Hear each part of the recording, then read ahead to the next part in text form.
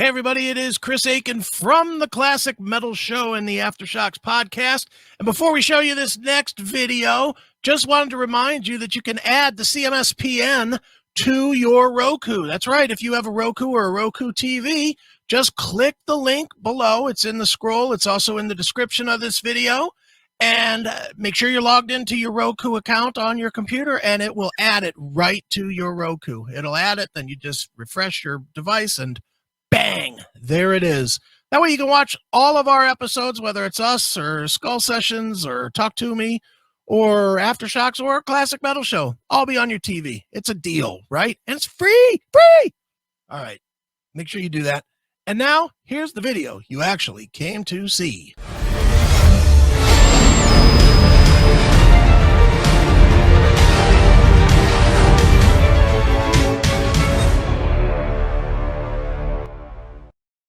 It is Aftershocks right here on Aftershocks TV, and joining us today to talk about her sort of, I guess, debut solo album, but certainly not debut overall, is a newer vocalist to Frontiers Records. Some of you probably remember her from her band kane'd, and now she's broken away from Kane to just be her own Kane. It is Chez Kane. How are you, Chez? Hey everyone, I'm good, thank you. How are you?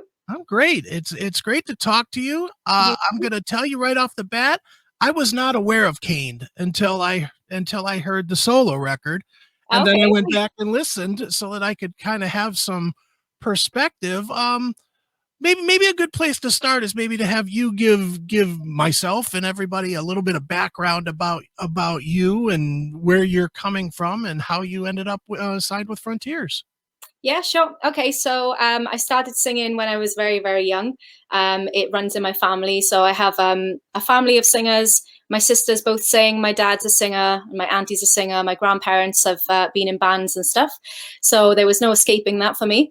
Sure. So I started singing, and then me and the girls decided to start singing together. And then we thought it'd be a really cool idea to put a band behind us, which we did. And that's where kane'd was created. Okay. So we've been going for quite a while now, about 10, 11 years, I think it is. It might even be more than that as the lineup. And then it's gone on to me doing a few solo videos on YouTube. I decided to start doing some covers because I love singing. Sure. And then Danny Rexon found a video of me singing Edge of a Broken Heart by Rexon because he was looking for a singer for this project. He found me, and that's how Frontiers and Danny Rexon found Chez Kane. Sure. Nice. So now, does that mean that kane'd as a project is over, or will you go back to working with your sisters again at some point, or too soon to tell? We're still together. We're still going to try and do a bit of Kane stuff here and there. So I'd like to juggle both projects. I'm literally just taking every day as it comes at the moment because the response for the solo album has been amazing right now. And I'm flat out with that. But I would like to go back and do some stuff with kane'd as well when I can. Sure.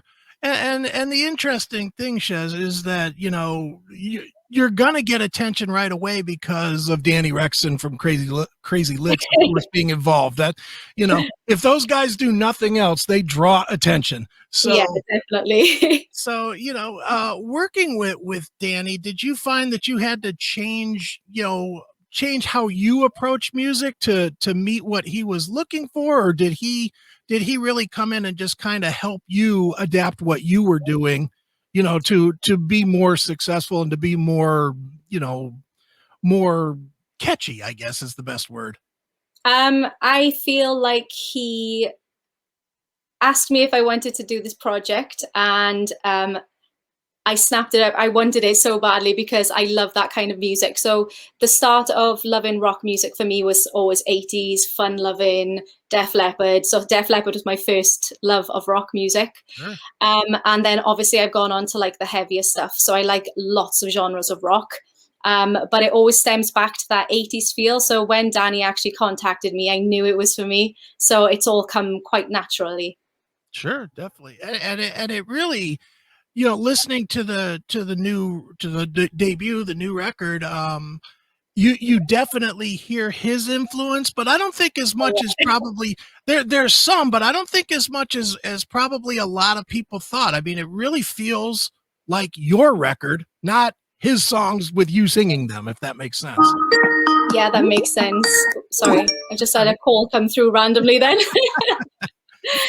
Yeah, that does make sense. He's absolutely such an amazing songwriter, and he's managed to take influences from so many different great 80s bands. And then obviously there is a hint of Crazy Lixx in there because he's written the stuff. I just think he's done a phenomenal job, and he's written songs really well for my voice. I feel like they're really suited to my voice, and yeah, they're just amazing. Sure. Now, when you talk about the writing, did he come in with all of the songs, or did he work with you to create the songs? How did that all go? So originally he wrote Too Late for Love for Crazy Lixx. Okay. And that didn't work out for them. And he thought that I would do a cool version of it. So some of the songs were already written, but then he started writing some to suit my voice as well. Everything that he sent my way, I was really happy with. So I didn't feel the need to change anything. You know, when you have something and you're like, it's already perfect. I don't want to change it. Definitely. So yeah, I just, yeah, everything he sent my way has been awesome. Okay, great. And so taking these, I'm always curious when you take other people's work and then make it your own. Does it truly feel like it's your own, or does this feel more like the stepping stone to what maybe you'll do on the second record, where you write stuff for yourself, right from your own heart instead of from somebody else's perspective singing it? Well, I've always had such a really strong connection with this style of music. So I feel like Danny's written this music really, really well, and I connected to it straight away. In the future, there is always the option that I'll be able to write as well, because I was given that option on this one, but I didn't feel the need to. I just felt like everything he was writing was perfect. But I would definitely be up for writing for the next one, and who knows, maybe we'll be more magic. Sure. Now, with the way you're going, obviously you're getting a good amount of press and attention right now, right from the start, which I'm sure makes Frontiers happy. The one thing I did notice is that you're getting all of the, I'll call them the standard comparisons, the Lee Aaron, Sandy Soraya, Lita Ford, Vixen, etc. Do you feel like that's fair, or do you feel like that's kind of, and I'll just tell you straight up, I feel like that's lazy journalism, just trying to put you somewhere instead of actually judging what you're doing. Where do you come in with that? Well, to be honest, I'm quite blown away by it, because obviously being compared to people that I've looked up to growing up, Vixen and Robin Beck and everything, it's kind of like, it's pretty mind-blowing. But obviously I'm here to be Chez Kane, so I'm hoping people will see that and obviously have that nostalgia feeling of those great bands, but also look at me as a new up-and-coming artist as well. Sure. Now bringing that style back. Yeah, well, and you know what? That's not a bad thing. I mean, it's a weird time that we're in, that it just seems like retro is coming back more than ever. Even, to be honest, even guys like Danny might have been a little bit too ahead of the curve of it coming back. It really seems right now like, the combination of this kind of music and some of the more like desert rock, stoner rock type stuff is just really making an impact for the first time in years, which is a great thing for what you're doing. Yeah, I really feel the same. I feel like all of a sudden it's starting to come back, and I'm really, really happy about it. And to be honest, I feel like because the world is in such a bad state at the moment and everything's quite doom and gloom, I really feel like we need that uplifting 80s music to come back, and it's what I've been listening to throughout lockdown, and it's kept my spirits up, this kind of music, and I'm just really happy to be helping to put it back in people's faces. Sure. It is so true that right now, where everybody is, whether it's pandemic or politics or whatever the reason is, everybody's angry, and it's yeah. It's just good to have the old-fashioned good time rock and roll back, to kind of take. Don't get me wrong, I love some of the angry music as well. I love angry rock, but yeah, this music really picks up your spirits, and I feel like everybody needs that right now. Yeah, no, you're absolutely right. Now, Chez, tell me about the song, my favorite song on the record, and this might surprise you because I'm sure everybody is leaning toward Too Late for Love or Rocket on the Radio, which are the singles. I went way deep in the record to find my favorite. I love the song Dead End Street. Oh, okay. And it could be interpreted so many ways. It could be a musical void, an emotional void, a relationship, you know, void, I guess. You know, what do you feel that that song is about, or what have you been told that that was about? I don't actually know what the songs are related to, because obviously Danny's written them and he hasn't actually told me the stories behind them. And I can hear that there are definitely stories behind them. So I'm going to have a conversation with him about this. But I do feel like Dead End Street is a fantastic song. And I think it brings, because it's the last song on the album, I really feel like it brings the softer kind of the pitch down, and it's like a nice relaxing song at the end of the album. And I feel like it finishes the album really well. Sure. Sexy, with a bit of sax in there as well. I love it. Certainly. Yeah, it's a very cool song. It is, yeah. And obviously the single that people are hearing right now is Too Late for Love, and they're seeing the video to it. So tell me a little bit about why that one was chosen as the single, and about the video shoot itself. Looks like you had a lot of fun shooting it. Yeah, it was awesome. So I have two favorite songs off the album, and Too Late for Love is one of them, and the other one is Better Than Love.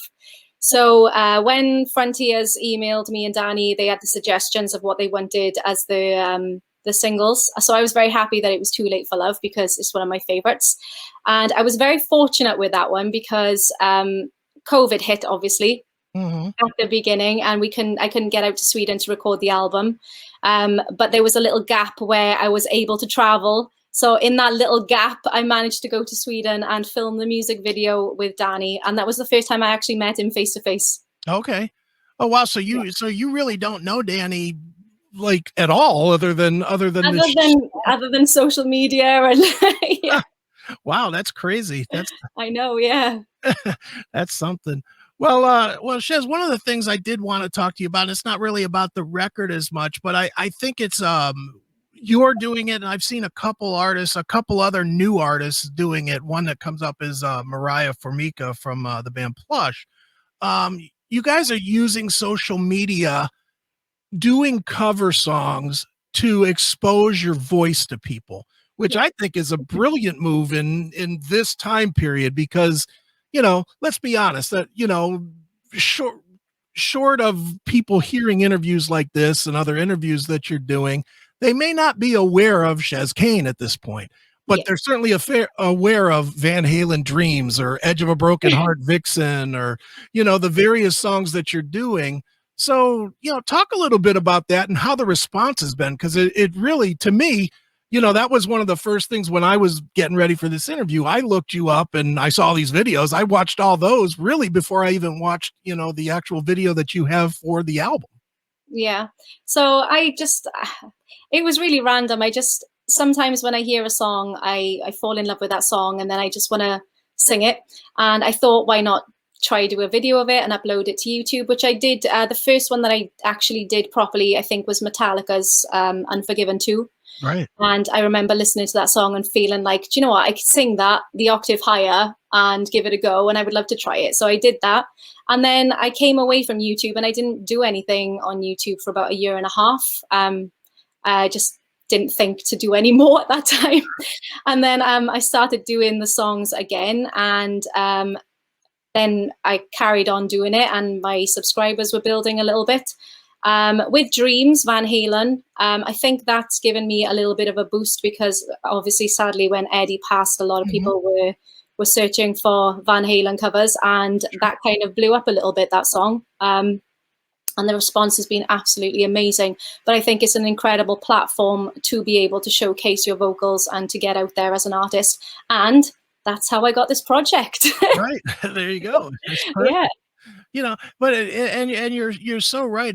That is how, in this era, you know, I'm older, obviously. You can see the white in the beard. You know, I'm definitely thanks.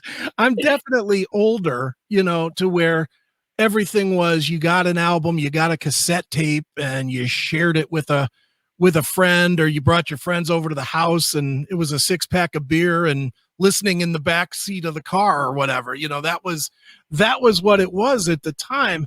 In today's era, you don't have that kind of time. And certainly with the pandemic, you really don't have that kind of environment to you.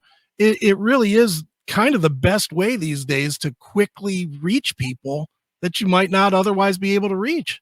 Yeah, definitely. Everything's done on social media these days. Certainly. Yeah. Everybody's always looking at a screen. Exactly.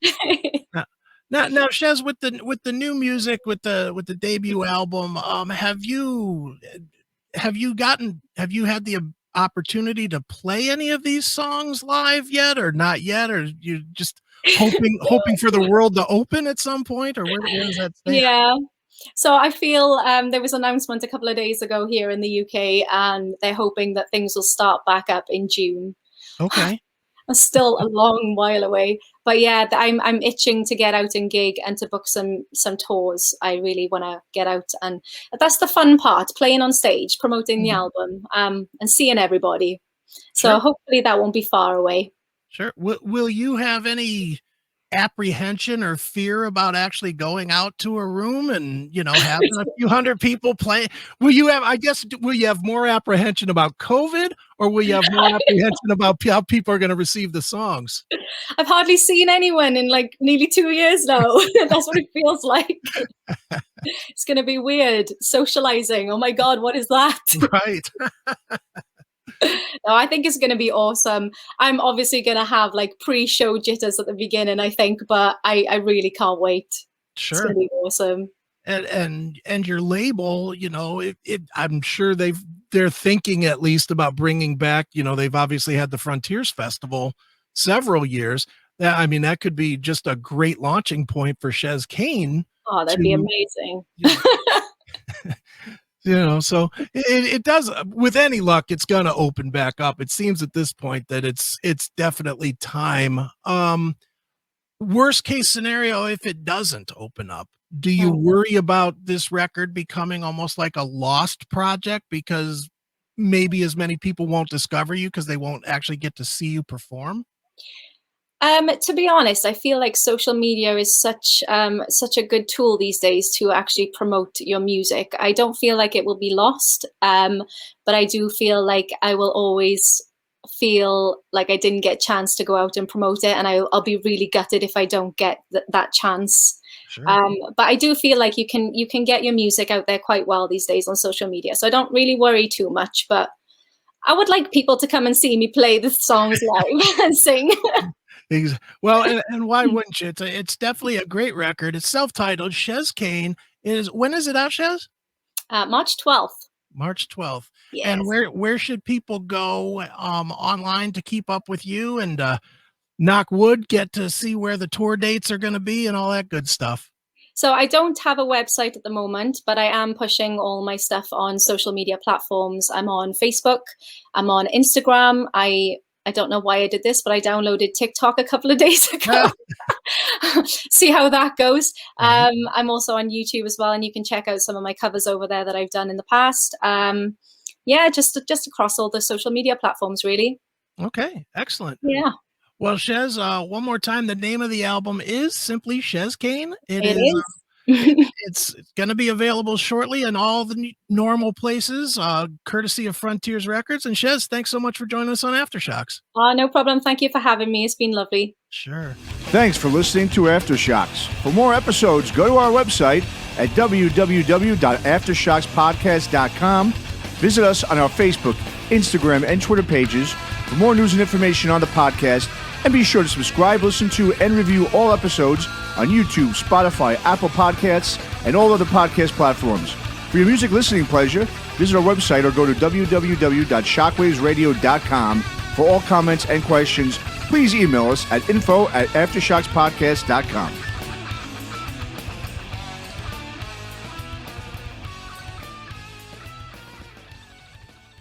All right, everybody, another great interview right here on Aftershocks TV.